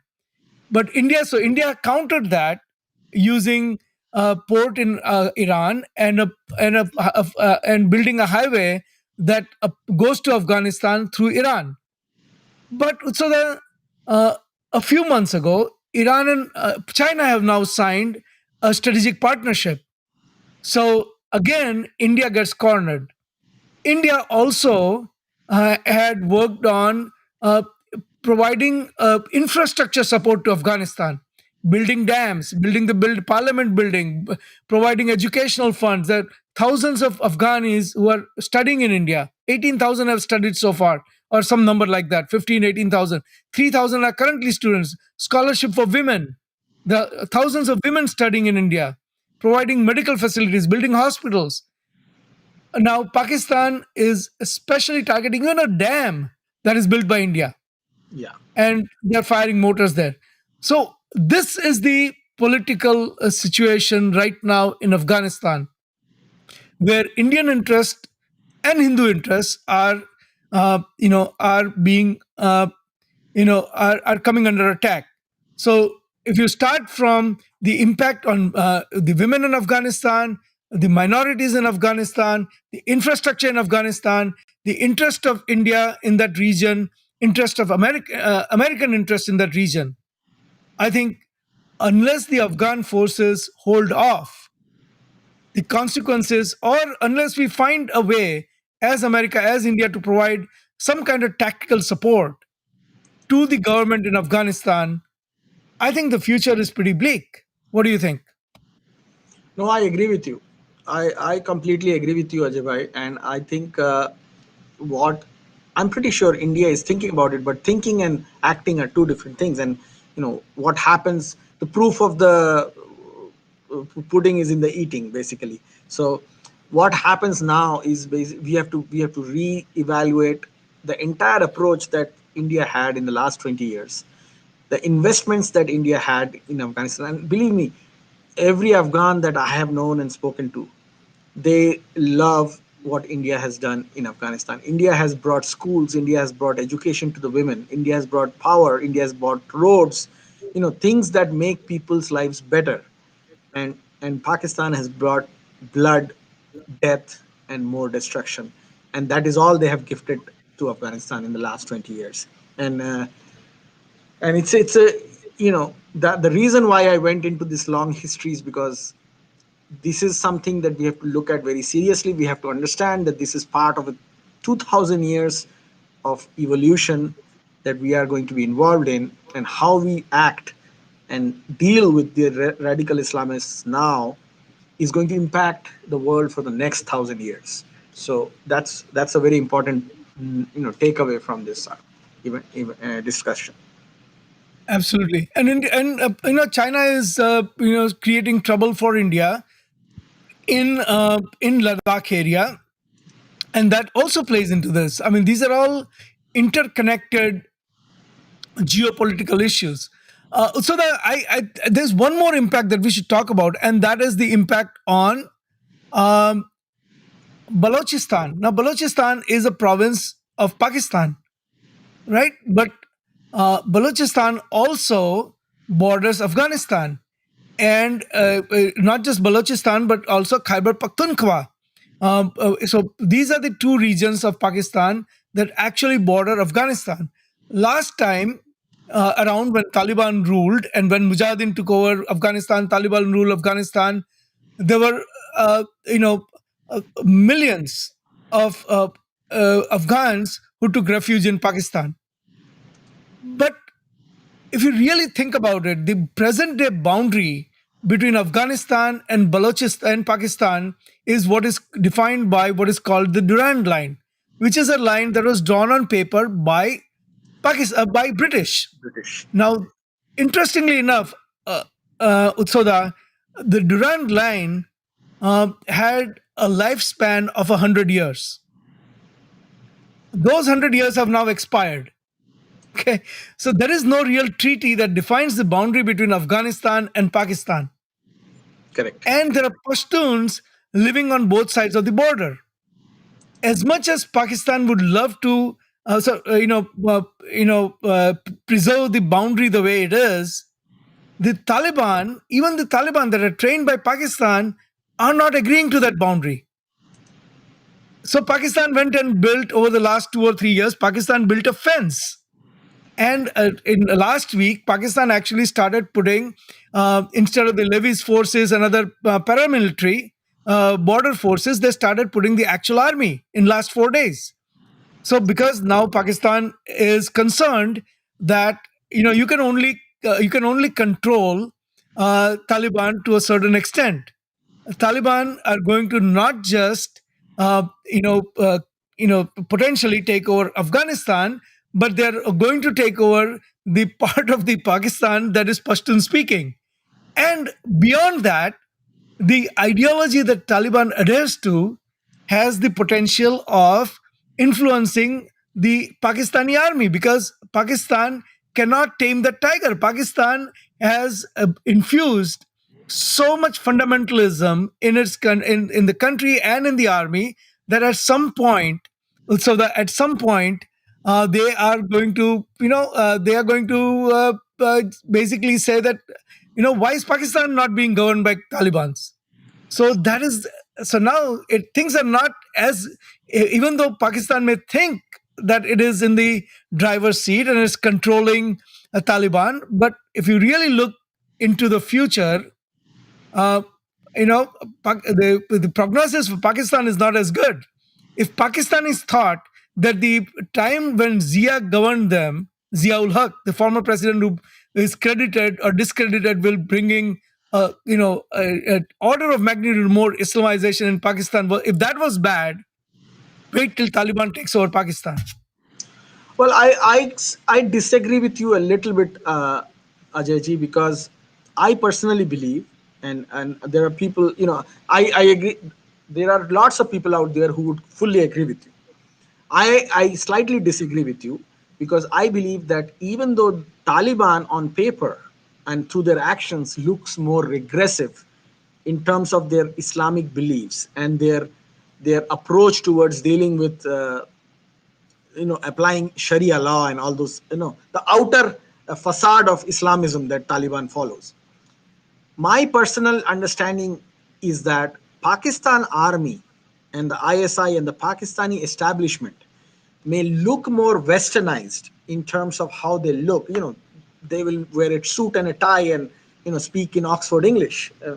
But in their minds, and when they look at things both at a strategic level, at a civilizational level, and at a tactical level, they are as Islamist, if not more, than the Taliban. So an assumption that Pakistan will face a situation where the Taliban would want to take over Afghanistan, over Pakistan, is is real, but the scenario, in my opinion, is not something that Pakistan is fully not aware of. They have checks and balances in place. They may have situations where they will be renegade, you know, Taliban commanders who will, like the TTP, they will have some Mehsood here and some other guy there going nuts over trying to kill some Pakistanis and trying to take control of their own areas within the south of the Duran line. But I do not think Pakistan will be in a situation where they face a real threat from Taliban, other than a war of slight tactical war of attrition. Uh, Instead, I Yeah, believe, Ajay Bhai, I believe that Pakistan would, like before, many times before, use this threat that you just pointed out about further radicalization of its elements within its establishment to extract more money from the West. So they will that use, will happen. yeah, they will Yeah. use this threat again. They'll be like, look, even the Indians are saying that we face a threat from Taliban. Imagine, America, what will happen if the nuclear weapons fall in the hands of Taliban. Give me more money, give me more money, give me more money. And that's what they will do. Yeah, I agree with that. But I also think that I see fissures within Pakistani army, and that is more dangerous. So even the outward, right now, the condition of women, condition of minorities that exist in Pakistan, which is very bad, extremely bad, and we'll talk about it more next week because we have a special coming up next week. But even despite of that, I mean, the Talibanization of Pakistan, the outward, the way, you talked about the soccer fields and stadiums and how the people were treated. That level of radicalization of Pakistan, uh, with the support of the radical elements in Pakistani army, is taking it just to a different level. And so that I just think that this is something, that is just going to happen. I think Pakistani army can forcibly try to preserve Balochistan and parts of Khyber Pakhtunkhwa from falling into the hands of Taliban because they are a superior military force compared to Taliban. But if Pakistani army, become has fissures in it, where a lot of people start believing in this Talibani ideology that Pakistan engineered to begin with. I think that rest of the Pakistan, places like Sindh, will be will have they will have difficult times in places like Sindh. So I have a feeling that uh, if at some point Pakistan does not curtail uh, its involvement with Taliban, you can just see that Pakistan itself gets engulfed in Talibani philosophy and Talibani way of life.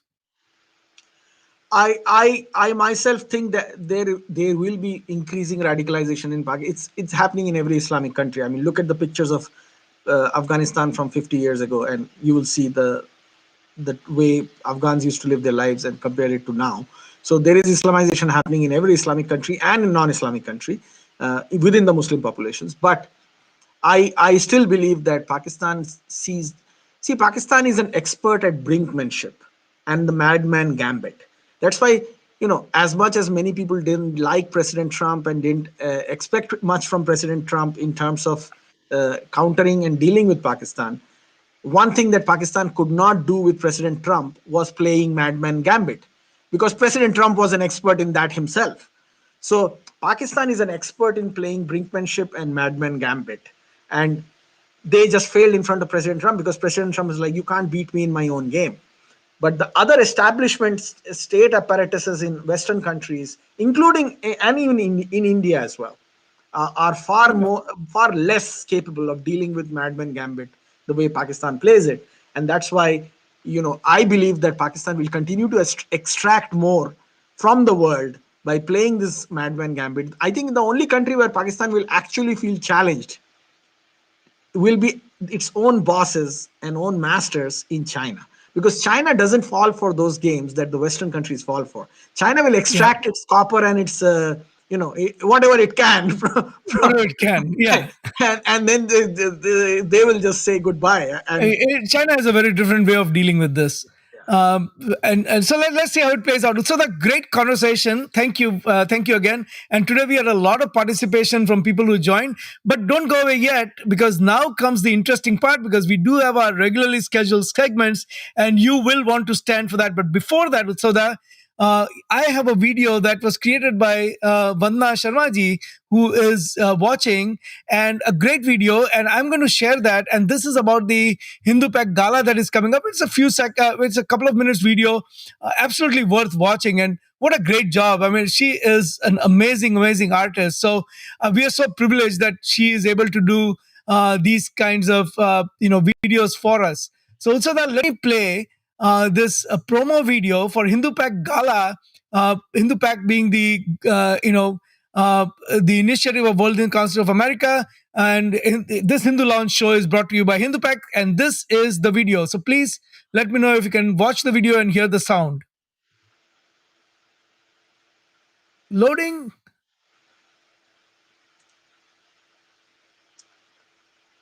I think there is no music, no sound, Ajay bhai. I think that's because if we are having the same problem we had in the morning. Your sound is from your screen, where you I are. okay. I think I got it. I think I see the problem here. This is a slightly different problem, but nonetheless, I think I got it.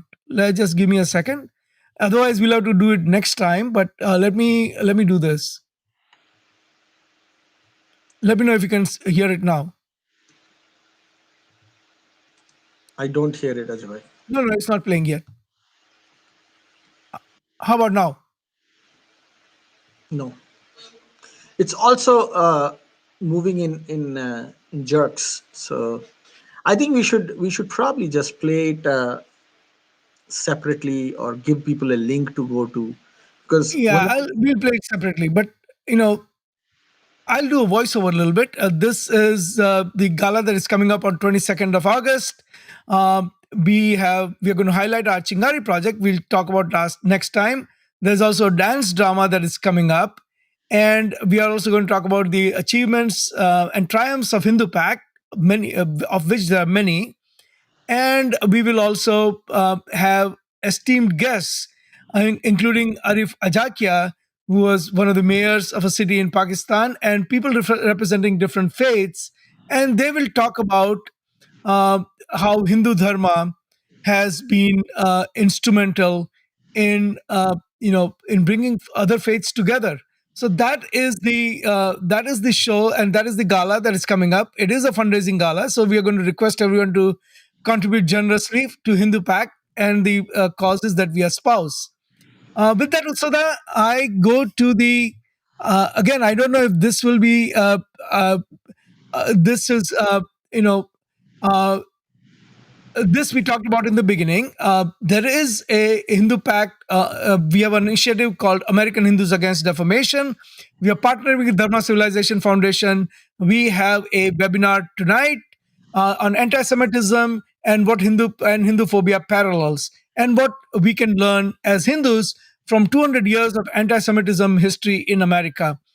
It's a great follow-on show to the last webinar that we had, where we had a Holocaust survivor. Please watch the same channels you're watching. There's also, if you can go to hindupack.org, there's a link to register. But otherwise, you can watch it on YouTube, on Facebook, on Twitter, on the same channels that you're watching this show, 8 o'clock Eastern Time, 5 o'clock Pacific. So the next one on my list is the first of the Hindu good news of the week. Utsada, this is a Skanda Murti, and this was looted from Cambodia.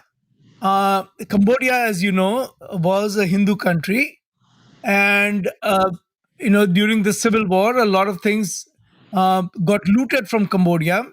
So this was one of the things that was looted from Cambodia, and this particular murti, masterpiece, is being US wants to now return to Cambodia. So this came in the art news, and it just came a few days ago. And I'm glad that these stolen art pieces are now being returned. Some are being returned to India, some are being returned to Nepal, some are being returned to countries like Cambodia. But I think these kind of colonial theft uh, should not survive. And people were looting murtis from India, till recently, and even now that happens once in a while. And we should all be vigilant about this. Uh, these are important cultural, markers for any civilization, and it cannot just be looted like this. Uh, so that unless you have any comments, I do have the next video, and hopefully the sound will play on this one. Let's hope so, at least. Um, can you hear the sound? I don't, Ajay bhai. So I think there is a problem with sharing this in this particular software that we are using. There is a problem with sharing a sound from PowerPoint, and we have not. I thought there was a setting that I set up so that it would share the sound, but for some reason we're not able to share the sound. So it is one of those things that we will improve upon next time around. Uh, that's all I can say. Uh, you know, and I also realized that for some reason, yeah, we'll have to figure it out. So that I don't know why, because we really had some good sounds, and I also realized that the video on my end was had deteriorated from the very high resolution to a slightly lower resolution.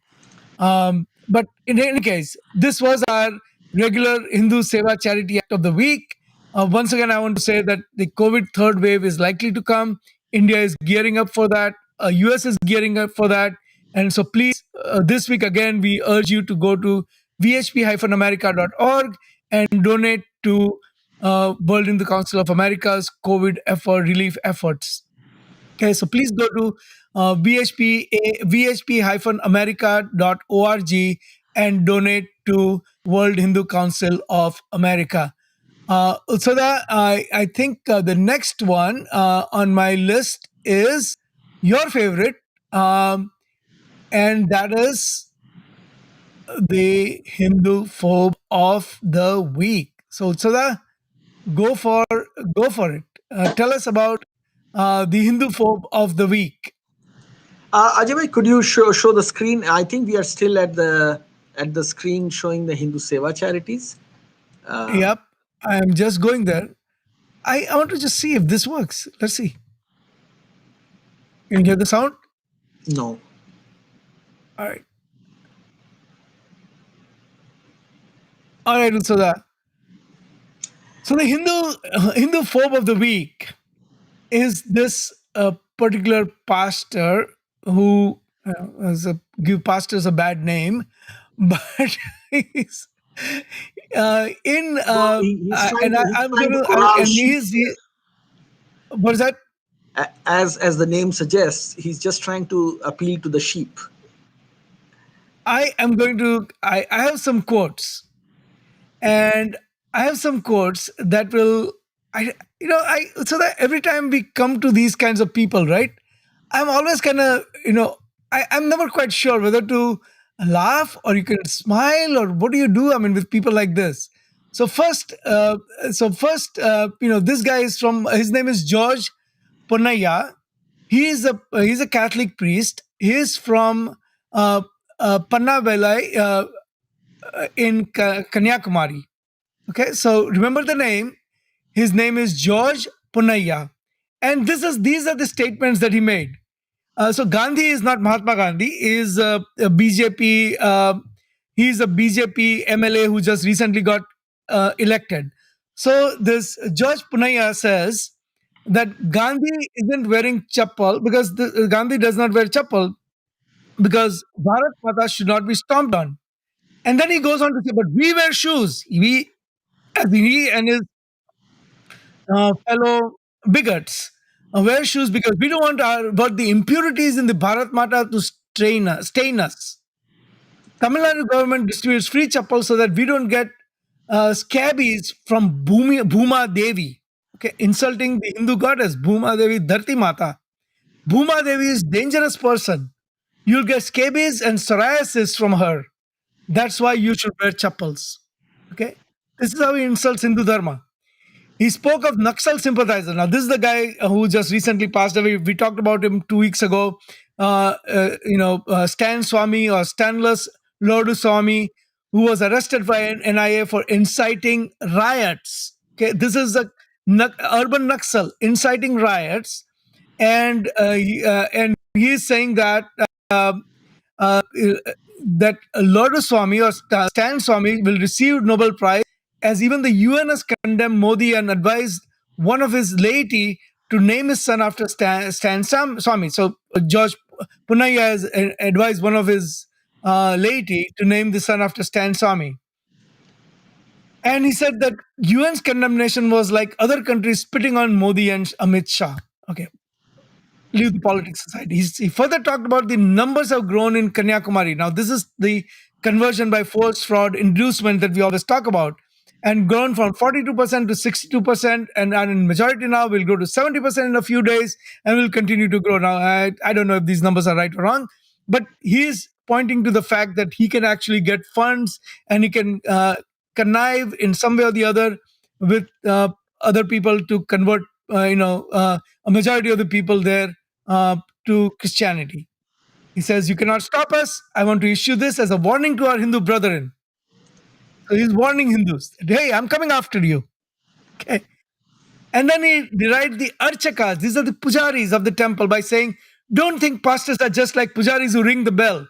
We are well educated. Okay, I'm sophisticated. You guys are, you guys are uh, country bumpkins. You don't know anything about, you're not as sophisticated. I, with my uh, Western education, and I, with my Western faith, am much more sophisticated and educated as you than And you. his chappals, Forget, but we have nothing don't against any forget the faith." chappal, Ajay bhai. Don't forget the chappal that he's wearing. And don't forget the temple, right? And he also accused the government of doing injustice. And Kami, he says, Modi's last day will be pitiable. If it is true that God we worship is alive, then history will see Modi and Shah's corpses being feasted on by dogs and maggots. This is a religious leader. This is a person who is supposed to be compassionate towards others, and he's supposed to follow the compassion that Bible preaches. But What no, no, happened to him? he's taking a leaf out of the Old Testament, Ajay bhai. There is wrath and anger in Old Testament. Let's not fool ourselves. And so yeah, he's just digging into that a little bit. It's just his way But of. so I think the world has kind of moved on, and I think the message of compassion in Christianity is what the world counts on, and I think this guy is really a complete bigot. Oh, I agree with you. I agree with you, and I'm pretty sure many Christians would completely disagree with him. But he's just digging into a darker place in his heart, I guess. That works for him. All right. So that with that, I wish I had a better way of doing this, but we come to an end. I'm still going to play the music. I think the music will play because it's a PowerPoint sharing of music that was not working. So we are still going to play the music. So I want to show this one picture also, and I talk about it next time a little bit more. But this, the Decibel creates custom music for us every week for a special music for our show. And I want to show you the kind of setup they have just to create a custom music for our show. So that it's just amazing. Take a look at this. This is a home studio, and you can see a big keyboard on this side, and you can see all the equipment and everything else. This is the studio where custom music for Hindu Lounge gets created every single week. This is amazing. I know what the quality and the kind of music that we get every week is just beyond belief. I mean, it's just absolutely amazing. And so I cannot thank Decibels enough. And for they have now done 25 of these. And so thank you, Decibels, once again from I the would bottom urge of them our to heart. come on our show, and we would be very happy to have them on our show. I mean, they have done a fantastic job in making our show so much better. So thank you. I understand. I absolutely, absolutely. With that, Usada, we come to a long show today. We almost had an 2 hour and 3 minute show. I know you enjoyed it, and I did too. I'm just saying, and we had a lot of participation from people today. So, Usada, thank you very much. This was a great, great show. I cannot thank you enough for spending all this time and doing a lot of research. So, thank you again. And thank you everyone for joining. Vandaji, thank you very much. Amitabji, thank you. Dhavalbhai, thank you. And Muditaji, thank you. And everyone else. Sanatani, thank you. All of you guys who joined today, thank you very much from the bottom of our hearts. This is Hindu Lounge. Hindu Lounge is brought to you by Hindu Pack, an initiative of World Indian Council of America. I am Ajay Shah, and with me, as always, is Utsav Chakrabarti. Usada, final words for you before we move on to the Decibel special tune. Well, thank you everybody for coming, and hope to see you again next week. And take care and follow the A news. special show next week. Next week is a special show, Keep and we us will announce that show during the week. and help us, support us, so that we can do more of this and share our content, and just join us next week again. All right. Thank you, Soda. And stay tuned for Decibel's special tune uh, just for this episode. And here we go.